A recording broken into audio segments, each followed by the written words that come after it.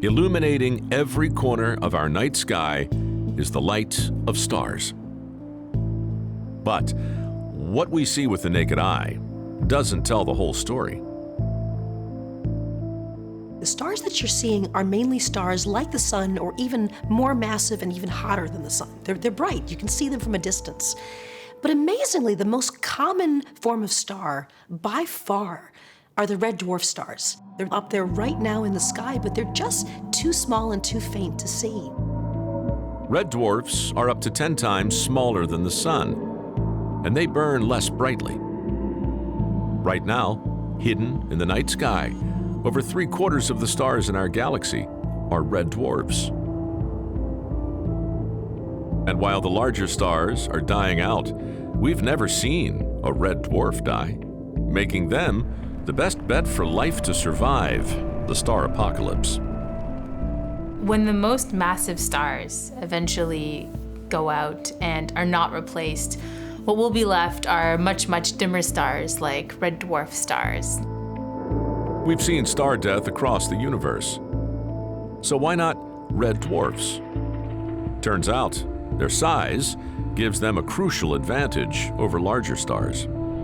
The more massive a star is, the hotter it burns. A red dwarf star burns at a lower temperature, so it doesn't burn through its fuel quite as quickly as a mid-mass star does. These are like the economy cars of the universe. They're just sipping on their nuclear fuel, and they can coast along. Not only that, despite being smaller, they have access to more fuel. Our mid-sized sun is split into 3 layers: a core, a radiation zone, and a convective layer. The radiation zone prevents hydrogen in the top layer from ever becoming available for the core to burn. So, the sun can only access about 10% of its total hydrogen fuel. Once the hydrogen in our sun's core runs out, its days are numbered. In some ways, these mid-sized stars end up starving themselves. The smaller red dwarfs are different. They can access all the hydrogen they want. In low-mass stars, outside of the core, this outer layer is fully convective. What that means is stuff near the core rises to the surface and then drops back down all the way to the core. And that means if you have hydrogen somewhere outside of the core, eventually it's going to make its way down there, and it can be used for fuel. The red dwarf has access to everything at the all-you-can-eat buffet. It can grab stuff from the distant regions at the surface of the star and bring it all the way down the gullet to the heart of the star. This all-you-can-eat hydrogen buffet extends the lifespan of red dwarfs to incredible lengths. The universe is over 13 billion years old, but any red dwarf that age is a toddler. A red dwarf, even if it was born at the very beginning of the universe when red dwarfs could first form, even today, it's just a tiny fraction of its lifespan. They can last for trillions of years, thousands of times the current age of the universe. 13 billion years old? That seems like a long time, but a small red dwarf, it's barely out of diapers. Red dwarf stars will not die out for 10 trillion years or more. And we're discovering they have another trump card that's good news for life. February 2017, NASA announced the discovery of a system in the Aquarius constellation called TRAPPIST-1, where 7 Earth-sized planets orbit a red dwarf star. It turns out that red dwarfs, apparently, are really good at making planets, including planets that are roughly the size of the Earth. That's really cool, because these stars last a long time. If they have planets orbiting them with life, they could outlast our solar system by trillions of years. Sounds promising, but red dwarfs have an ugly side. In October 2018, astronomers turned the Hubble Space Telescope to a series of young red dwarf stars in the Tucana Horologium Association. They witnessed these infants throwing daily stellar tantrums. Even though they're the smallest stars, they actually have some of the strongest flares and storms on them. Red dwarfs can emit flares 10,000 times more powerful than the sun. These flares would cook any nearby planets. When a red dwarf star forms, they're rotating very rapidly, and this creates a lot of magnetic activity, which creates flares and mass ejections. For life to exist, it would have to wait for infant red dwarfs to grow up. As a red dwarf gets older, there's drag between the magnetic fields in space as it rotates, and that has the effect of slowing down its rate of rotation. And so this means the activity settles down. So maybe later in the life of a red dwarf star, they can support planets with life. Red dwarf stars will dominate the future universe and may give life a chance to survive. These small red stars are extremely long-lived, but no star is immortal. Even though they're really going through their nuclear fuel very slowly, there's just not enough fuel to last forever. These little stars will die out eventually. Unlike their larger stellar siblings, they'll go quietly. It actually just gets hotter, and the color of a star depends on its temperature. So as the red dwarf gets hotter, it turns bluer. So sometime in the very distant future, some of these red dwarfs are actually going to become blue dwarfs.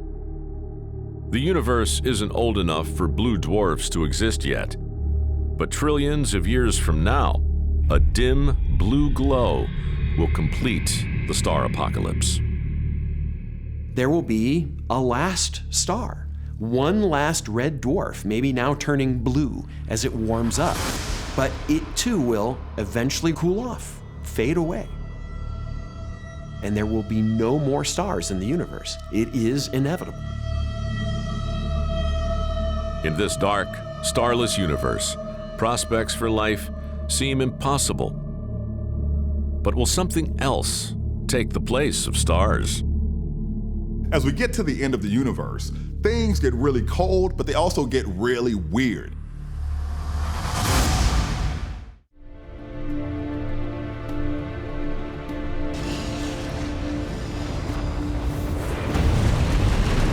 Over the last 3.7 billion years, a series of extinction events wiped out almost 95% of all species on Earth.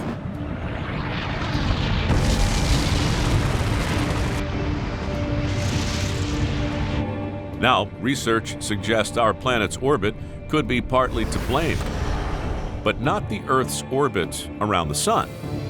Our planet's larger and longer journey around the Milky Way. Our solar system and our sun is shooting through the galaxy at about 537,000 miles per hour around the center of our galaxy. And that center of the galaxy is about 26,000 light years away, so it should take the sun about 230 million years to trace out one full orbit around the center of the galaxy. Despite racing around the Milky Way at 500,000 miles an hour, Earth has completed less than 20 laps of the galaxy in our planet's entire history. And it turns out, this galactic ride is more complicated than it seems. Now, if you look at the Earth going around the sun, it defines an ellipse, but that's a flat figure. And you'd think, well, the sun probably goes around in a plane as well. And it turns out, not that simple. Most of the mass of the solar system is concentrated in the sun. So, Earth and the other planets smoothly orbit our star. But the mass of the Milky Way is spread out unevenly. That changes the gravity of the galaxy, and so it changes how things move in it. And in fact, if you give something a little bit of an up or down motion, it'll bob up and down as it goes around. Riding the Earth is almost like riding a carousel. As the sun and the Earth go around the galaxy, the sun also goes up and down like you're on one of those horses with the pole. And so what this can do is take us into different galactic environments. This bobbing motion takes Earth and the solar system on a 60,000-year journey, up and down, through the Milky Way's galactic plane. Our orbit also takes us through different galactic neighborhoods. Today, we're traveling through a calm suburb of the galaxy. But sometimes, things get a little bumpy. Sometimes our sun and our planet might wander into what's essentially a bad neighborhood. You know, maybe it's an area where there's a lot of star formation going on, where there's a lot of young stars that are very active. Or maybe it's a location where there are dying stars and things are about to get really hot. The baddest neighborhoods in the galaxy may be the spiral arms. These gas-filled regions orbit the galactic center more slowly than the Earth. So, our planet passes through an arm roughly every 150 million years. These arms are where gas clouds tend to hang out, and if they get compressed, they form a lot of stars. When they form a lot of stars, they make bright blue stars, and they don't last long and they blow up as supernovae.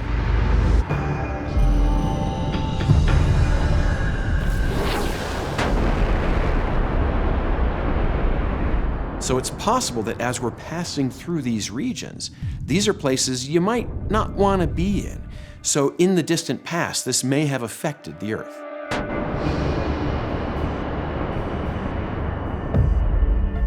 When giant stars go supernova, the star's outer layers blast into space. Along with a shock wave traveling at 25,000 miles a second,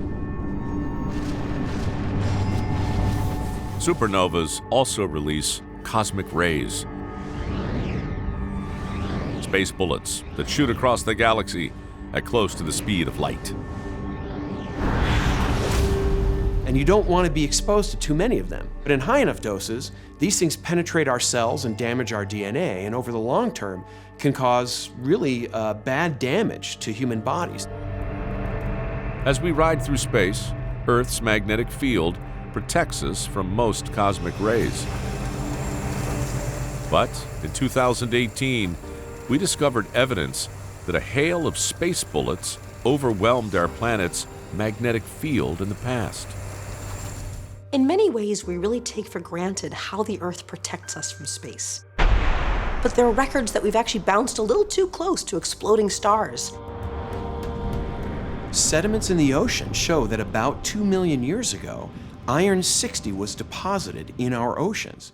Iron-60 is a radioactive isotope of iron, and there's only one way we know of it being made in the universe, and that is exploding stars. Around 2.8 million years ago, a supernova exploded just 150 light years from Earth. A few hundred years later, a blizzard of cosmic rays slammed into the Earth, tearing through our magnetic field. These space bullets are a prime suspect in the extinction of over a third of all coastal marine species. Now, this is not necessarily tied to the Earth passing through one of these spiral arms, but it shows you that being close to a supernova is not necessarily a thing you want to do. Millions of years in the future, Earth will pass through another spiral arm as our planet continues its journey through the Milky Way. And we will wander into harm's way once again. But there's another part of our journey through space that remains a mystery. The Earth is spinning like a top on its axis. It's orbiting around the sun. The sun itself is orbiting around the center of the Milky Way, but that's far from it. The Milky Way is speeding through the universe, and we are being dragged along for the ride. Problem is, we can't see where we're going. Could Earth be headed for a galactic crash? Gravity and expansion battle for control of our universe for 14 billion years.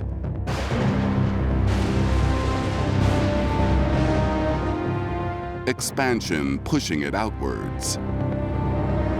Gravity pulling it in. With dark matter in its corner, gravity seemed to be the inevitable winner. The extra mass will drag the universe into a big crunch, until a stunning discovery revolutionizes our understanding of the universe.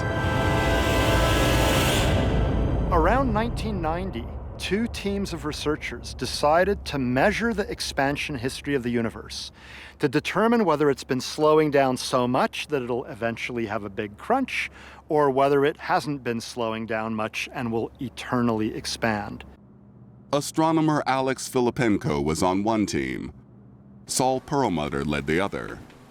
We realized that it was possible for the first time to go and actually make a direct measurement of how much the universe had been slowing down in the past. Both teams want to measure the speed of distant galaxies, but because the galaxies are too dim and far away, they look for something brighter. Billions of light years from Earth, a star detonates. This is a supernova, a dying star's brilliant final gasp. It burns brightly, 5 billion times brighter than the sun, and briefly. Perlmutter and Filipenko have a window of just 1 or 2 weeks to measure how much the galaxy it sits in is slowing down as it moves away from us.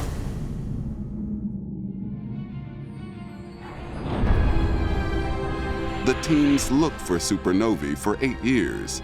They measure 42, and the results seem impossible. We plotted the points on the graphs, and it didn't make any sense. They were not slowing down at all. They were actually speeding up. What both groups found stunned the world. In the last 4 or 5 billion years, the universe has actually been speeding up in its expansion, an accelerating universe, propelled by something mysterious. For so long, we've been arguing whether the universe would expand forever or collapse back in on itself, but nobody thought the answer was going to be that the universe was accelerating, going faster and faster all the time. The acceleration bewilders scientists. It seems to defy the laws of physics. Imagine I've got a baseball and I throw it straight up. And instead of slowing down once it leaves my hand, which is what normally it will do, it begins to slow down at first, but then it starts speeding away. Somehow it's getting energy. The new energy seemed to be coming from nothing, the vacuum of space. The word vacuum to a scientist means completely empty space, no particles there at all, no temperature, no energy to speak of. But there's an intrinsic energy in space and time. Empty space has energy, and that energy produces a gravitational repulsion, a kind of anti-gravity. Without a clue what this force is or how it works, all scientists can do is give it a name: dark energy. We could have called it we don't know energy. We could have called it anything, but we don't know what it is, and dark or not, it's the biggest mystery in physics. NASA calibrates its finest space telescopes to measure how much dark energy is out there. The result is mind-blowing. It dominates the mass of the universe by nearly 3 to 1. And the more space expands, the more dark energy there seems to be.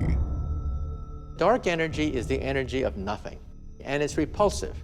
Therefore, as this dark energy repels galaxies, there's more of it. There's more vacuum, and so there's more repulsion. And perhaps that's the reason why the universe is accelerating right now rather than slowing down.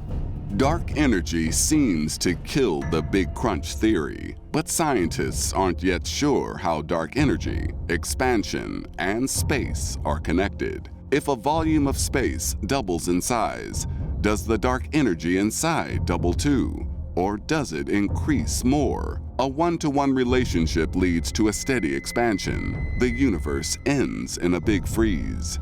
But if dark energy increases above and beyond expansion, a new, even more terrifying end awaits the universe, a big rip. In a big rip scenario, the expansion is so great that even the galaxies begin to expand internally, which means that literally our bodies are going to be ripped apart. Scientists calculate how the big rip will play out. One by one, the galaxies in the night sky will blink out as space pulls them away from the Earth faster than the speed of light. 60 million years before the end, dark energy overcomes gravity on smaller and smaller scales. First, galaxies start to rip apart. Then insides of galaxies will begin to rip apart. And then solar systems will begin to rip apart. Then planets. And then rocks, people, atoms. The end will be mercifully quick. In the space of a few minutes, all the stars and planets in the universe will be destroyed. Their remains pulled apart into ever smaller pieces, until finally, when the universe has less than a second to live, the subatomic particles that made all matter will be destroyed, and all that remains will be the individual photons, becoming scarcer and scarcer as the space between them expands. All you're left with is very low energy light that gets stretched and stretched until it might as well not exist at all. The empty vacuum of space itself will be the last thing to go. It'll be pulling on the universe so hard, it could tear the fabric of the universe apart. Reality could dissolve. Will the universe end with a big rip or a big freeze? The answer is locked inside the mystery of dark energy.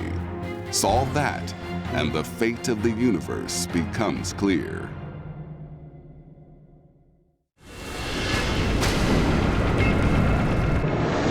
In a violent universe, against all the odds, life survives. But consider this. At any moment, the universe could pull the trigger on a secret deep space death ray, obliterating all life on Earth. And until the 1960s, nobody knew it existed. 1967, the height of the Cold War. The United States and Soviet Union raced to outgun each other, stockpiling and testing nuclear weapons. America was worried that the Soviet Union would be able to test nuclear weapons in space. So what America did is launched a series of satellites to go out into space and look for the telltale flash of gamma rays from nuclear tests. On July 2nd, 1967, the satellites detect a burst of gamma rays, the most energetic and destructive form of electromagnetic radiation. Immediately there was panic in the Pentagon. Perhaps the Russians are testing super gigantic hydrogen bombs in outer space, and we're just caught flat-footed. But it's not bombs. It's something even deadlier. And then the realization sunk in. Oh my God. These flashes are coming from outside the Milky Way galaxy. They must be billions of light years away. A new source of energy, second only to the Big Bang itself, had been discovered. When gamma ray bursts were first discovered, people assumed that they must be fairly close by. Of course they have to be close by. They're the brightest thing that we see in the sky. And now we know that gamma ray bursts, not only are they not nearby, they're not in our galaxy, they're not in nearby galaxies, but they're close to the edge of the universe. They're as far away as anything else that we observe. And that's completely ridiculous. Light gets dimmer over distance, so the further it's got to travel, the dimmer the light should be. If light from a distant galaxy comes to Earth and it has gamma ray energies, then that explosion must have been incredibly powerful. Because it turns out that as light travels through space, the wavelength of the light gets stretched out. And this stretching causes the light to lose energy. And since the light rays have traveled a very great distance through the cosmos to reach us, and they're still gamma rays, they must have started out with a great deal of energy. And the amount of energies are unbelievable. You're talking about the entire energy budget of the sun over its whole lifetime, emitted over the course of just a few seconds. These are amazingly violent, amazingly powerful events. In July 2008, NASA launches the Fermi Space Telescope. Its mission, to discover the source of these huge blasts. What Fermi does is open our eyes to the universe that's there, but gives us such a different view that we really get a deeper and greater understanding of what's going on. If you had gamma ray eyes, the Milky Way would be blazingly bright across the center of the sky. Your vision would be dominated by these very dense pulsing stars and supermassive black holes. And it's black holes that may solve the mystery of gamma ray bursts. When a truly gigantic star dies, one at least 25 times more massive than our own sun, it collapses to form a black hole. Scientists believe black holes are one of the few things in the universe large enough and powerful enough to generate gamma ray bursts. Gamma ray bursts are the birth cries of black holes. When a massive star explodes and becomes a supernova, the core collapses and forms a black hole. Material falls around it, swirls into a huge disk. It gets incredibly hot. As it's falling into the black hole, it forms a tremendous magnetic field as well.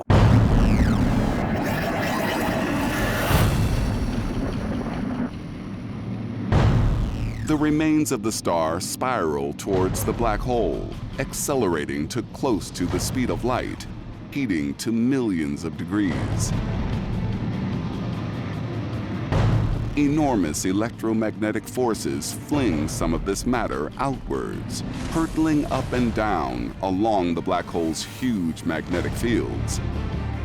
The matter collides with debris from the initial explosion. These high-speed collisions unleash unimaginable amounts of energy. This is the gamma ray burst. Gamma ray bursts are fascinating. You can study them throughout the universe because they're so bright. But if you move them in really close to the Earth, let's say within 6,000 light years of the Earth, they become extremely destructive. The beams are so huge that if a gamma ray burst occurs even closer to Earth, by the time it reaches the Earth, the beam will be wide enough to engulf our entire solar system. Basically, if you were standing on the Earth and you looked up, you would see a flash of light. And before you could even say, "What's that?" you'd be gone. The amount of energy in the beam that travels across space is so intense, it would basically light the Earth on fire from that distance. It would strip off the Earth's atmosphere, it would boil the oceans, it would melt the rock, it would be apocalyptic beyond apocalyptic. This is the worst-case scenario. But what if a gamma ray burst hit the Earth from further out? Would we survive? People ask what would happen if there was a gamma ray burst within 6,000 light years of the Earth. It's actually not the right question. There have been gamma ray bursts that close to the Earth, and there probably have been extinctions of life on Earth due to gamma ray bursts. 200 million years after snowball Earth, the oceans are teeming with complex life. But 440 million years ago, 85% of all these creatures die. And the killer may have been a single devastating gamma ray burst. The blast penetrates the ocean's upper layers, killing the creatures that live near the surface. Creatures living further down survive the initial onslaught, but not for long, because the blast also damages the Earth's ozone layer, exposing the planet to the sun's deadly UV radiation, triggering acid rain and lowering global temperatures. Over 500,000 years, the creatures that survived the gamma ray burst get taken out by its after effects. If a gamma ray burst has wiped out life in the past, it could happen in the future. and astronomers think the next burst could come from a dangerously unstable star, WR104. WR104 is the nightmare. We now have a potential candidate for what may become a gamma ray burster with our name on it. We are literally staring down the gun barrel of WR104. It's not one, but two massive stars orbiting each other. The stars will die in a massive explosion, spawning a black hole and blasting out gamma rays. The object is about 8,000 light years away, so we are within the kill radius of this object. So you could be doing your laundry tomorrow, look up in the sky, and all of a sudden there's this burst of radiation raining down from the heavens. The radiation rips off the Earth's ozone layer, creating a toxic smog and exposing us to the sun's deadly rays. Life as we know it could cease to exist.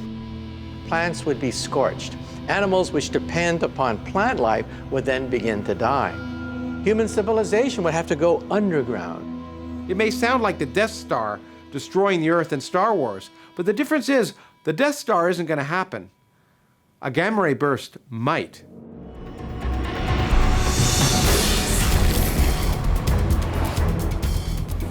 Our extinction could happen at any time.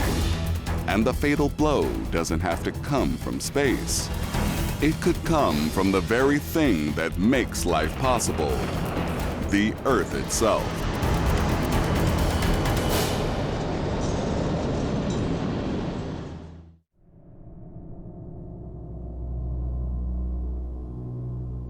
This Jupiter-sized gas planet is 256 light years from Earth. In infrared, it shines like a star. Thousands of times brighter than Venus, the hottest planet in our solar system.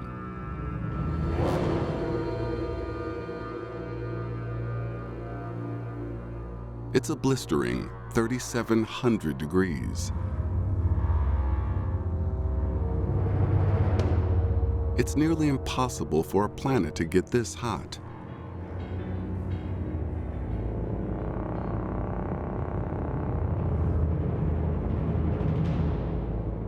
Its hellish temperature provides a clue to its appearance.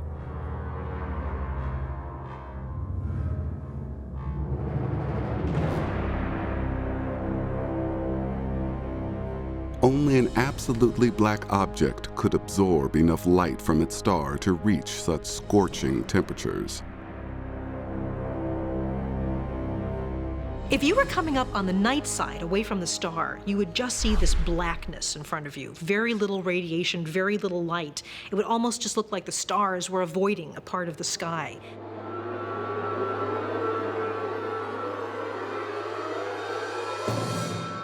Just as black pavement absorbs sunlight and heats up on a sunny day, the black planet roasts beside its star.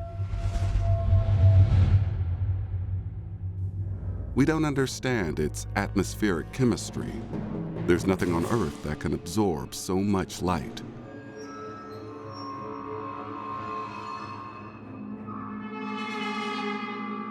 The planet's only color comes from a scorching hotspot. As you flew around to the day side, things would begin to glow red hot. There'd be a huge swirling storm, all red and glowing. What a hellish world.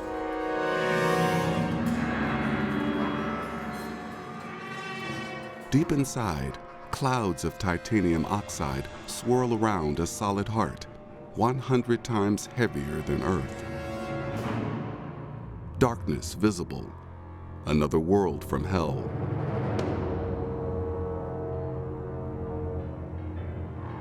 But some planets are even bigger, seemingly impossible puzzles. Here's a mystery. Every astronomy textbook says that gigantic Jupiter-sized planets form way out in outer space where it's really cold. So why is a Jupiter-sized planet, what's it doing inside the orbit of Mercury?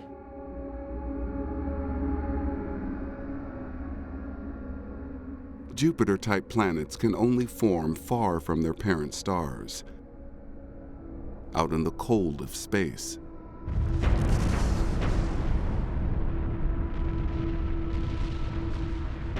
A gas giant orbiting this close means these monsters can move. This is WASP 12b, a scorching vision of hell. It's so close to its star that its orbit lasts just one Earth day. This world is so hot, it's over 4,000 degrees Fahrenheit. This is just crazy hot. WASP 12b is one of the hottest planets in our galaxy. We've never seen anything like this before. This certainly is one of the most violent environments in the universe.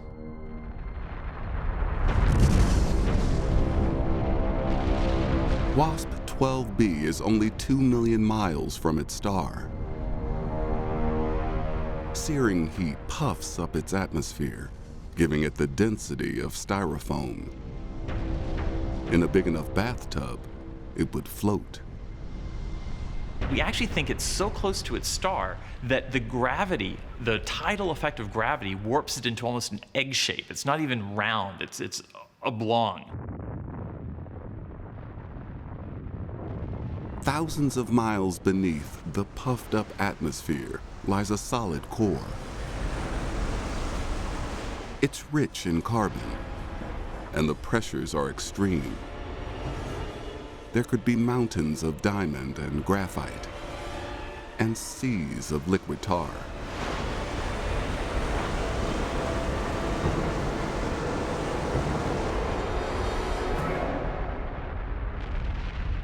But WASP 12b won't last long. It orbits so closely that its star is literally tearing it apart, ripping away nearly 190 quadrillion tons of gas a year.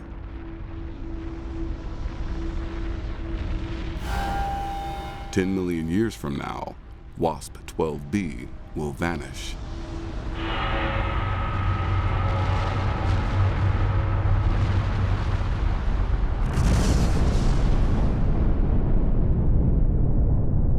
The question is, how did it get so close in the first place?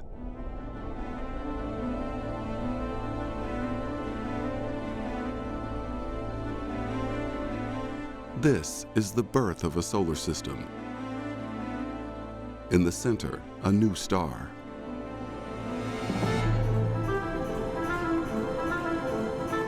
Around it swirls a disk of microscopic dust grains. These are planets in the making. The dust grains collide, and every time they collide, they merge, and so they get bigger and bigger, and so they sort of grow like the dust bunnies under your bed. And you have 100,000 years or 1,000,000 years to make a very big dust bunny, and they get bigger and bigger and bigger.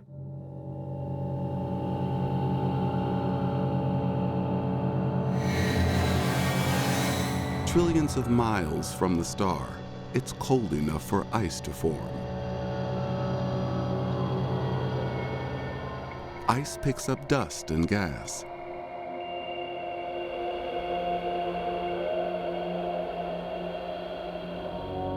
These gaseous clumps grow bigger and bigger over millions of years. Eventually, they become gas giants. In our solar system, the gas giants, Jupiter, Saturn, Neptune, and Uranus, all formed this way. In the distant orbits we still see today. So how did WASP 12b end up so searingly close to its star? The answer? Gravity. This planet is huge, 40% more massive than Jupiter.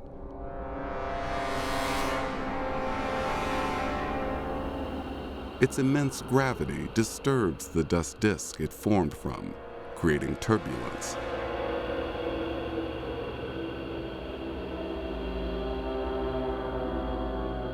And so the planet creates waves in the disk, sort of density waves. And you can sort of think of them as like waves on an ocean. The gas giant becomes a galactic surfer. Over hundreds of thousands of years, the planet rides the waves inward toward the star. As the planet gets closer and closer to the star, it starts to feel the radiation from the star more and more, and so it heats up. Surfing millions of miles from the cold outer reaches of the star system into the tight, scorching orbit we see today. An ice-cold world becomes a planet from hell. Nobody had any real clue that you could form a planet 1 billion miles out from a star. It somehow moved in. That is incredible, but that's really the only explanation of how these planets got so close to their stars in the first place. WASP 12b is bizarre, but it isn't alone.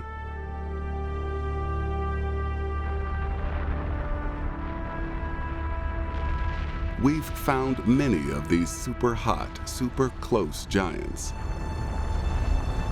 We call them hot Jupiters.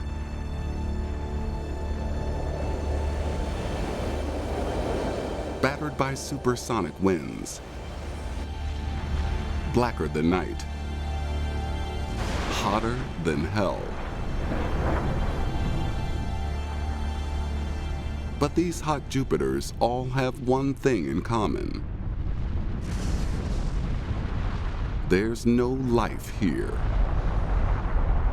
So these planets are just about as different from the Earth as you can possibly imagine. This planetary roller coaster has consequences. As they spiral inward, hot Jupiters cause chaos. They create a whole new class of planets from hell. Orphan worlds flung away from their star into the emptiness of interstellar space.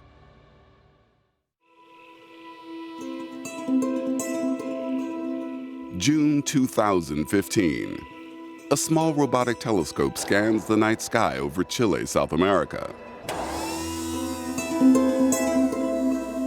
The All-Sky Automated Survey for Supernovas, or ASSASSIN for short, is programmed to spot the bright flashes of light that mark the death of giant stars. That night, the telescope finds a faint glow in the sky that nobody had seen before. At first, astronomers think it's a nearby supernova. But when they analyze the light, they discover something extraordinary.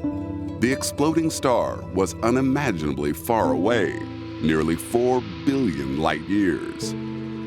To be visible from that mind-bending distance, the flash of light had to be a record breaker, the brightest supernova in recorded history.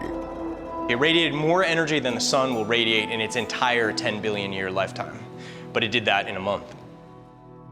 This is at the absolute edge. This is the brightest we think a supernova can possibly be.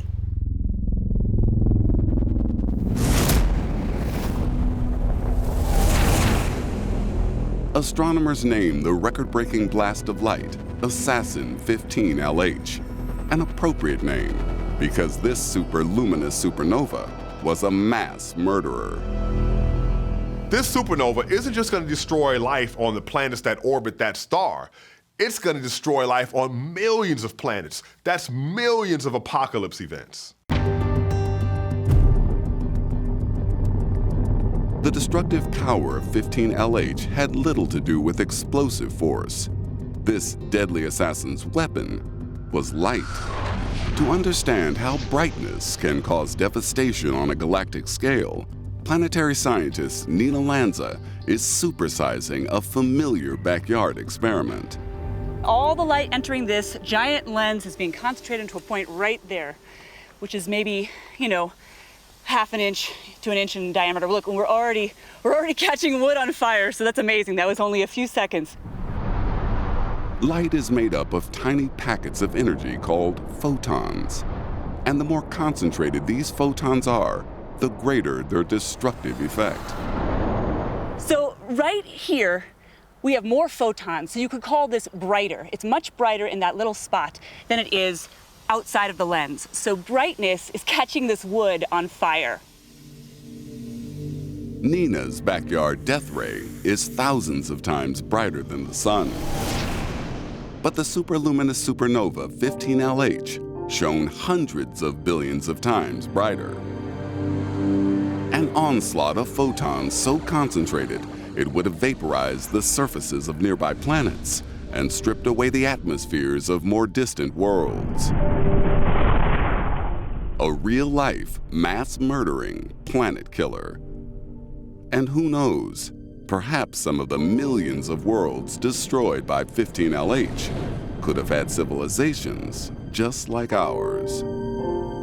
For a normal supernova, the kill radius is about 30 light years. We think the intense UV radiation from a supernova will destroy the ozone on Earth if the supernova happens within 30 light years. A superluminous supernova like 2015 LH is so much more luminous than a normal supernova that the kill radius is much larger, maybe 500 light years or even out to about 1,000 light years. Imagine a volume of space stretching 1,000 light years in all directions. It holds hundreds of millions of stars and perhaps billions of living worlds. Just one superluminous supernova in the center of this space is all it would take to wipe this vast region completely clean of life. It's violent enough when a single star blows up and destroys its solar system, but these actually might be the true mass murderers of the universe. So how do you turn a giant star into a mass killer like 15LH? Astronomers have observed only a few dozen superluminous supernovas, but they think the secret to their formation is spin. Superluminous supernovas start life as oversized, bright burning stars known as blue supergiants. These blue supergiants live fast and die young, burning through their fuel supply in just 10 million years. As they die, their cores collapse to form a super-dense object called a neutron star. And if this neutron star is spinning fast enough, it can develop intense magnetic fields, transforming into something new and altogether more extreme, a magnetar. All neutron stars have very, very intense magnetic fields, but sometimes a true monster is created. There really is a limit to how powerful a magnetic field can be before it starts to rip apart space and time itself. And right on the edge of that is a magnetar. Magnetars are like neutron stars on steroids. Their intense magnetic fields reach out into the expanding outer gas layers of the dying star, raising temperatures and releasing an intense burst of light. But to get the kind of brightness produced by 15LH, you need a very special type of magnetar, the most powerful, fastest spinning magnetar we've ever seen. It pushes the magnetar model to the absolute limits because you need the magnetar to be rotating with about a 1 millisecond spin period. That means the neutron star has to be spinning 1,000 times per second. And then over the course of the month of this explosion, you need to take all of that rotational energy that's inside the neutron star and blast it outwards into the surrounding star to make the light show that we see billions of light years away. 15LH was the brightest supernova scientists have ever seen. And almost like a perfect storm, it could be the brightest supernova we'll ever see. There's a theoretical upper limit to how much energy a supernova can generate, and this thing was right at the edge of it. Fortunately, superluminous supernovas are also super rare, so we're unlikely to have one explode in our neighborhood anytime soon. But the galaxy is a big place, and there are plenty more killers out there. And as powerful as light can be, the power of dark can be just as deadly. Supernovae may have many ways to kill you. A superluminous supernova might kill you in a death by fire, but in an unnova, death by ice.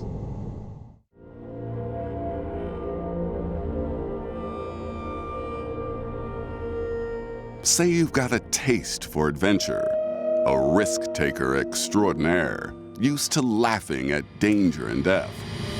Want to take on the worst the universe can throw at you? Better think twice. The cosmos has it all. Havens for life. And lethal hellholes.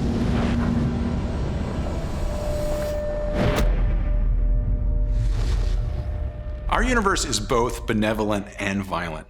There are little oasis pockets where things are very nice and calm and really good for life, like right around here. But there are definitely places and times where things get violent and rough. But you don't have to venture to the wrong side of the tracks to encounter some of the universe's scariest locations. Some are right in the neighborhood. Take Betelgeuse, hidden amidst the beautiful Orion constellation.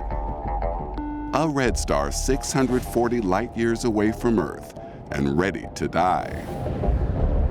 Now, Betelgeuse is a huge red supergiant star, and it even looks kind of angry and red hanging up there in the sky.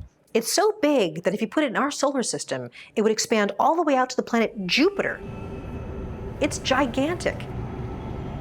When massive stars like Betelgeuse die, they go out with an epic bang. Now, this star is just on the edge of going supernova, and when it does, we're in for quite a show. Betelgeuse is running out of gas.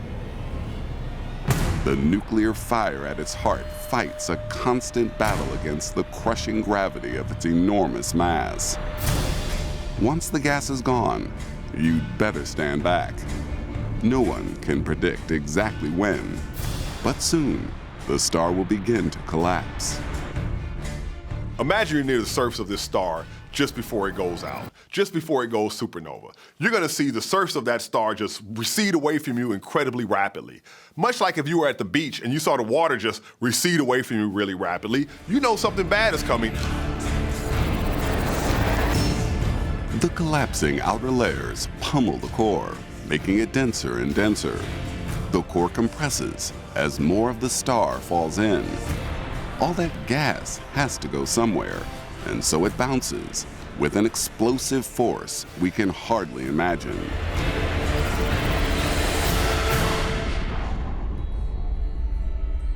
When Betelgeuse goes supernova, we are talking about an epic catastrophe. An entire star is exploding. It's hard to describe just how much energy that is. Imagine all the energy the sun puts out every second. Multiply that times 31 million seconds in a year. Multiply that by 10 billion years in the sun's lifetime. That is how much energy a supernova puts out.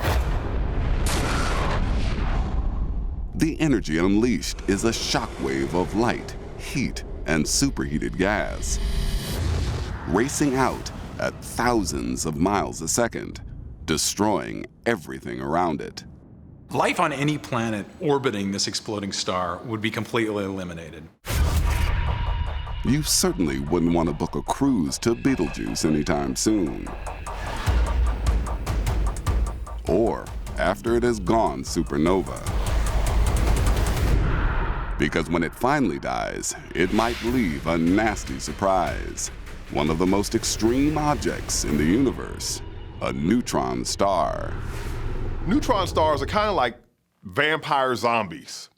They are the cores of massive stars that have died. But now these neutron stars have their own gruesome lives, and you don't want to get anywhere near this thing. Trillions and trillions of tons of matter are compressed into a sphere roughly the size of Manhattan.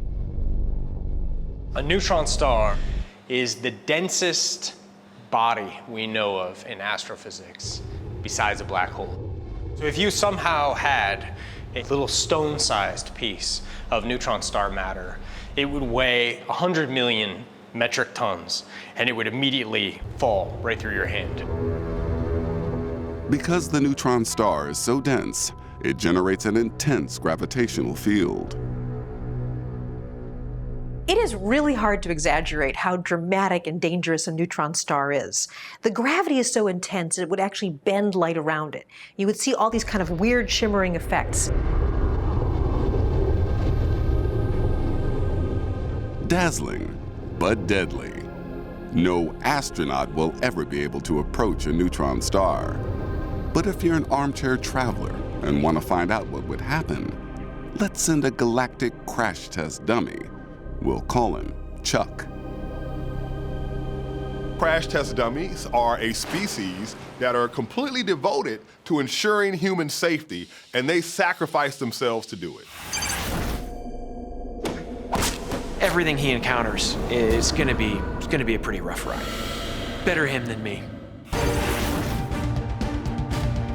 As Chuck nears the neutron star, its gravitational grip is doing very bad things. The gravity is pulling on him so hard that he is accelerating all the way down to the surface. He'll be moving at very roughly 1/2 to 2/3 of the speed of light. The neutron star's gravity is 200 billion times stronger than on Earth. Around 150 miles above the surface, it starts to pull on Chuck's limbs in a distinctly unpleasant way. As you get closer and closer to a neutron star, we were told to think that it would be this elegant spaghettification where you would get longer like a piece of spaghetti. But in reality, you're gonna get ripped to shreds. Think about what you're really gonna experience. Think about, first, all your joints dislocated in your body.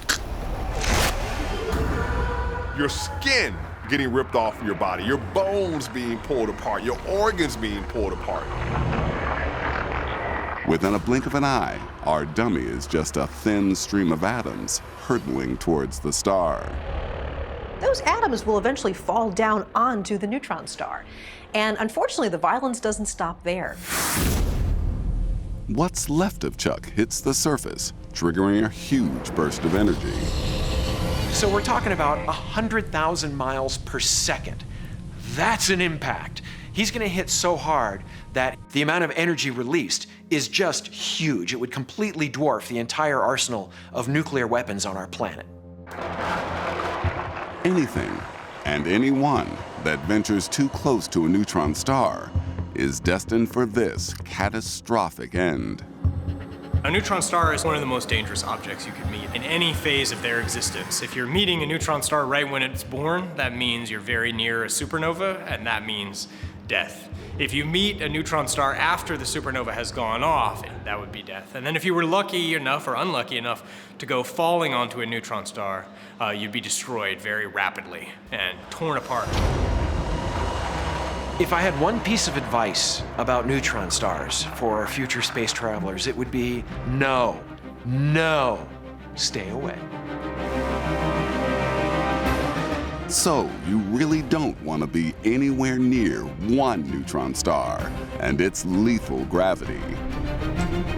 Try 2 neutron stars colliding and creating one of the strangest and most lethal particles in the universe.